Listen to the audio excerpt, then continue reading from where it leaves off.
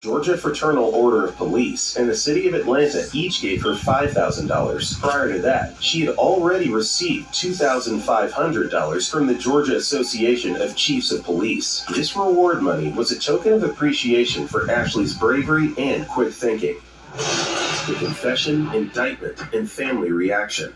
After Nichols was arrested, he was initially held on a federal charge of possession of a firearm by a person under indictment at an FBI field office in Decatur, Georgia. Later on, he was transferred to the Atlanta police station, where Atlanta police detective Vincent Velasquez interviewed him. Nichols confessed to his crimes in a 3.5-hour statement he made to the police on video, without any lawyer present. After about 2 hours in custody, he signed a waiver and agreed to make a videotaped statement about the courthouse shootings. In his confession, Nichols said he was a soldier on a mission seeking revenge on a judicial system that he believed was unfair to African Americans. He claimed he was about to go to prison for rape he did not commit and was tired of waiting for trial in jail, surrounded by black faces. He detailed how he attacked a female deputy and stole her weapon, then crossed a sky bridge to find the judge in his rape case. He admitted to shooting the judge's court reporter when she checked on the judge. He also admitted to killing a sheriff's sergeant outside the courthouse to make his escape, and later shot a federal agent while trying to steal his car in Buckhead. He even admitted holding Ashley Smith hostage in her apartment before eventually surrendering. Nichols' videotaped confession ultimately helped convict him of his crimes. During the interview, Nichols expressed surprise that the police did not shoot him when he walked out the door. Detective Velasquez described the interview as one of the easiest he had ever done, and noted that Nichols was very meticulous and detailed in his account. However, Fulton County District Attorney Paul Howard noted that Nichols appeared proud of what he had done and did not show any remorse when he saw him after his arrest. Despite Nichols' confession, his trial was not without controversy. The shooting by Brian Nichols in a courthouse triggered debates about security measures in public buildings, particularly courtrooms. The incident prompted a review of the courthouse's security practices and staffing. Fulton County judges began their security review, followed by a security audit and recommendations by the union representing Fulton County deputies. A task force was subsequently established to investigate courthouse security and propose several measures to improve safety, including installing cameras in all courtrooms, using 2 deputies to escort high-risk inmates, and using special doors in courthouse holding cells. This review led to the dismissal of 8 deputies. The incident highlighted the importance of proper security measures in public buildings to prevent similar tragedies. On May 5, 2005, Brian Nichols was indicted by a Fulton County grand jury on 54 charges, including murder, felony murder, kidnapping, armed robbery, aggravated assault, aggravated battery, theft,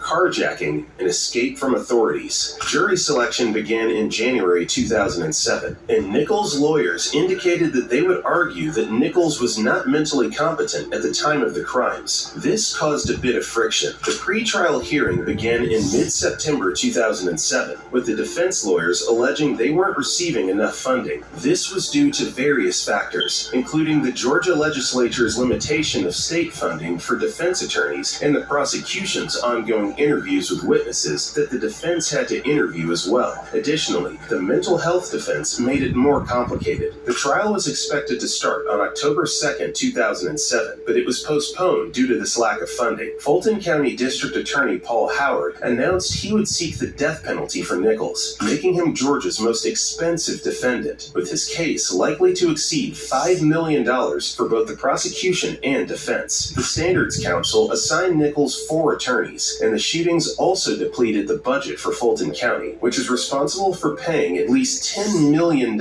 in settlement fees to victims' families. Barnes' widow was awarded $5.2 million in a lawsuit, and the county commissioners agreed to pay $5 million to Brando's daughter, Christina Schulte, who also filed a lawsuit. Basically, the rampage of Brian Nichols was making the state of Georgia hemorrhage money. During the court proceedings, Nichols' parents were not immediately available for comment as they were traveling in Africa, where his mother works as a former agent in the Internal Revenue Service. She found out about her son's case through a CNN broadcast while in Tanzania and had contacted Nichols' criminal attorney via email.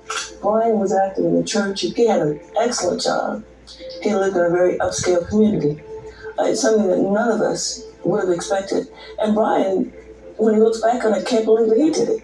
Nichols' brother Mark was deeply affected by the incident, stating that everyone knows me as the brother of the person who killed those people. From Nichols' uncle Reginald Smalls to Nichols' daughter, no one could believe he really performed all those acts. In an interview at the start of the death penalty trial, Nichols' father, Gene Nichols, shared his sorrow and the impact the incident has had on their family. He acknowledged that his son was mentally ill at the time of the shooting and is praying that at least one juror decides to spare his son's life. However, he also believes a life sentence in prison could be worse than the death penalty. "I really don't know if he's afraid of death," he said of his son. "I'm not. Death sometimes is better than living," Nichols said.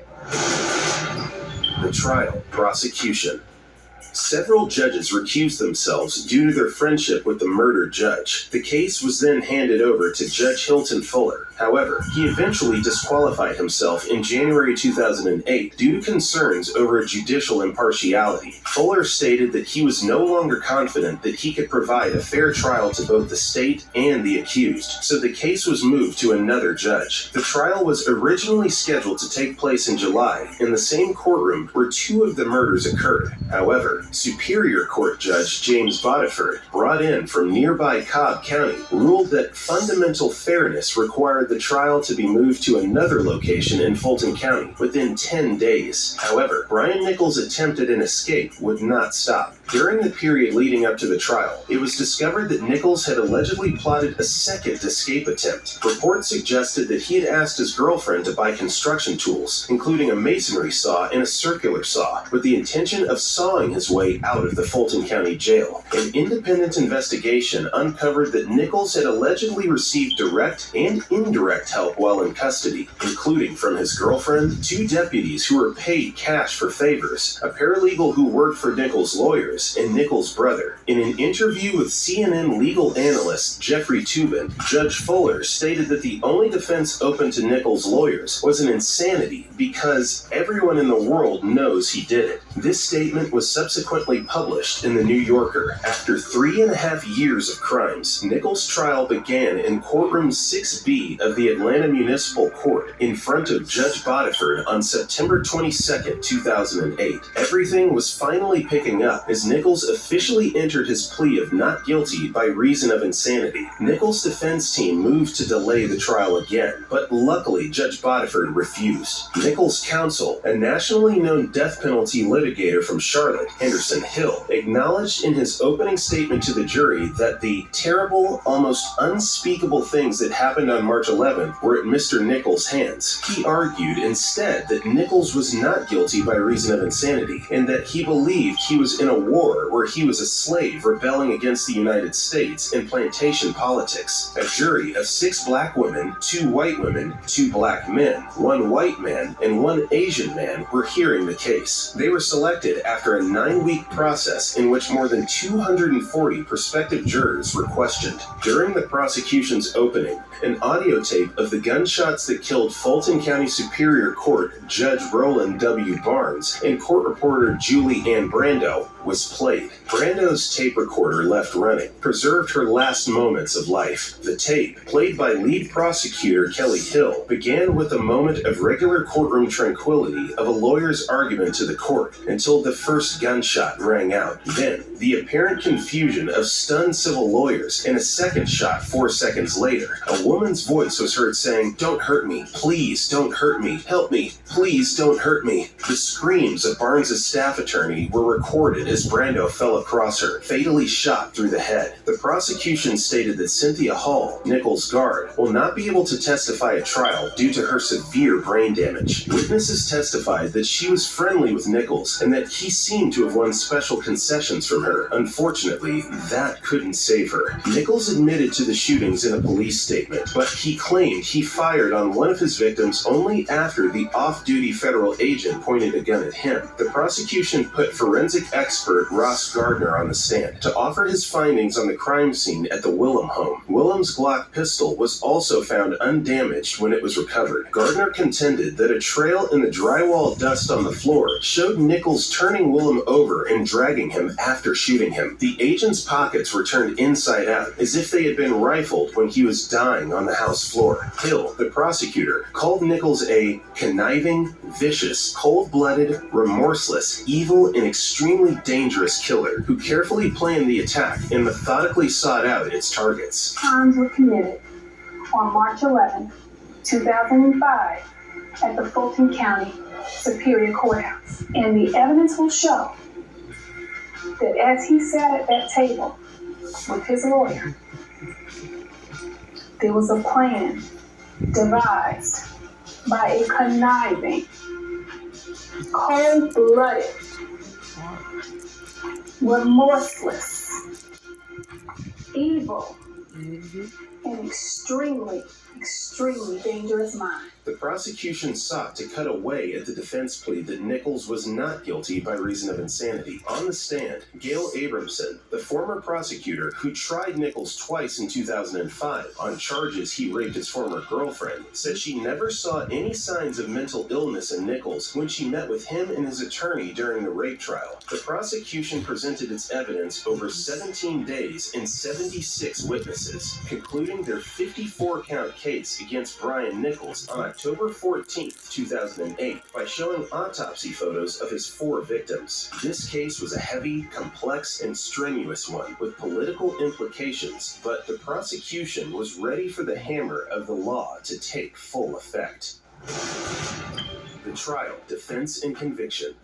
The defense called Nichols' former girlfriend to the stand as their first witness. She recounted how Nichols had impregnated another woman, leading to the end of their 7-year relationship. The next day, Nichols called her and said he would kill himself because he couldn't handle their breakup. She testified that Nichols continued begging her to reconcile, but about 3 weeks later, she began seeing an assistant pastor at their church. The former girlfriend described a terrifying incident in which Nichols entered her home with 2 guns, duct tape, nunchucks, and lighter fluid. He duct taped her ankles and wrists together and threatened to harm her if she didn't comply. She testified that Nichols raped her and videotaped her naked, but eventually let her go, warning her not to go to the police. This may look counterproductive to the character of Nichols, but the defense used this incident as a foundation to show how Nichols mentally came apart when his former girlfriend broke up with him. Attorney Barry Hazen, who represented Nichols in his previous rape trial, also testified, recounting a meeting he had with Judge Barnes about Nichols' increasingly erratic behavior and dangerous tendencies. Hazen said that Judge Barnes warned him to be careful around Nichols. The defense hopes to use these testimonies to convince the jury that Nichols was not in his right mind at the time of his crimes and, therefore, should not be held accountable. Hazen also testified that Nichols has turned down a plea deal that would have given him 15 years in prison instead of the 25 or more he was likely to get if convicted. Nichols believed that he could win over the jury in the second trial, the same way he had in the first trial. Hazen told the court that Nichols' behavior gave rise to my thought, there's something wrong with this guy. The defense also called psychiatrist Mark Cunningham to the stand to testify about Nichols' mental state. Cunningham presented a college essay that Nichols wrote in 1992, which laid out his beliefs that there is an organized and deliberate attempt by whites to eradicate the black race by imprisoning black men and keeping them from having children. Nichols also argued that violence was necessary to defend the human rights of dark-skinned people worldwide. Cunningham said those beliefs were the seeds of what later became a delusional disorder for Nichols. In the essay, Bryan wrote, "If violence can be a righteous tool for the white man, then surely it can be used as a righteous tool for the black man. If violence can be used to murder defenseless women and children in South Africa and Vietnam, then surely it can be used to defend the human rights of dark-skinned people all over the world."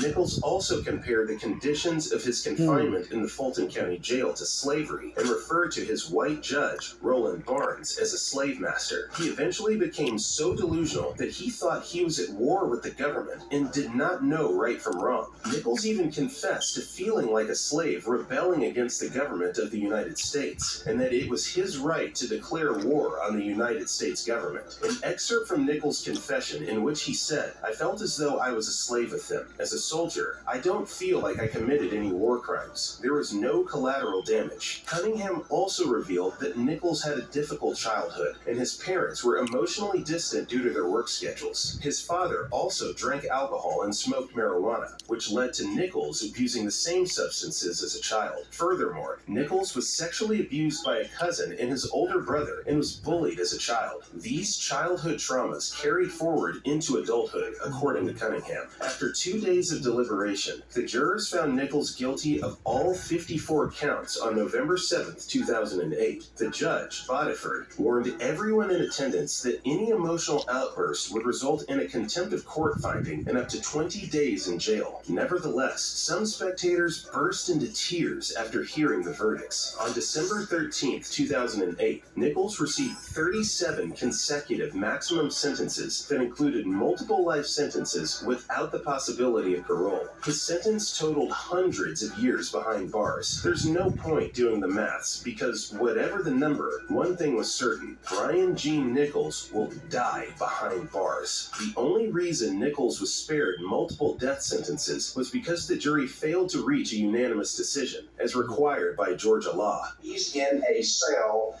that stretches this far. That's it. He doesn't have to get out of his bed to reach to the other side. He cannot even exercise on the floor. He can't lay down and exercise. He gets out 3 times a week for a shower. That's his life for the rest of his life. The sentence was severe, but it reflected the severity of the crimes that Nichols had committed. Nichols blamed his actions on weed and drugs. I think I was delusional. I think that drugs and alcohol played a part in those delusions. If there is something that someone could take away from this talk, it will be to recognize and understand the harm that marijuana can do. But he was remorseful after the judgment was passed. I don't want to cause any more damage what I've already done, and that's the main reason why I've always remained quiet. I did some very bad things. I prayed and I asked for forgiveness. Still, in his voice, there's a deep regret for his actions, drug-induced or not. If I could go back and do things differently, of course I would. I can't play the hand that I wish I was dealt. I have to play the hand that I have. The families of the victims expressed relief that justice had been served, but they would never forget the pain and loss that they had suffered. It was clear that Nichols' actions had caused immeasurable harm to many people, and justice demanded a harsh response. The trial might be over, but the memories of the victims will live on forever. Thanks for watching. Click on the screen for more videos like this.